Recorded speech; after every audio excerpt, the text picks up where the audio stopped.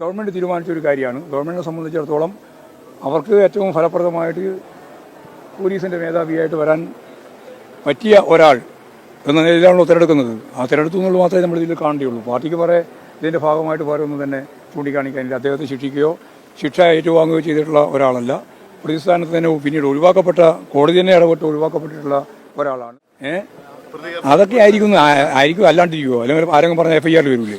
Case സ്വാഭാവികമായിട്ടും വരൂലേ? കേസിൽ വന്നതുകൊണ്ട് മാത്രം ശിക്ഷിക്കപ്പെടുമോ?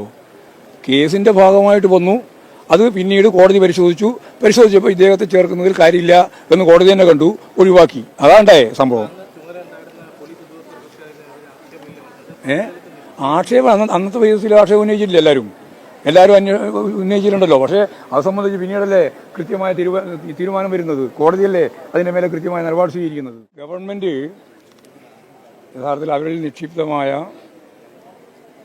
സെൻട്രൽ ഗവൺമെൻറ്റിൻ്റെ ഭാഗമായിട്ട് നൽകുന്ന ലിസ്റ്റിൽ നിന്നും 3 ആളുടെ ലിസ്റ്റാണ്. ആ ലിസ്റ്റിൽ നിന്ന് ഗവൺമെൻറ്റാണ് ഇപ്പോഴും തീരുമാനിച്ചിട്ടുള്ളത്. ആ തീരുമാനത്തിന് സാങ്കേതികമായ എന്തെങ്കിലും തടസ്സം ആരും ഉന്നയിച്ചിട്ടില്ല.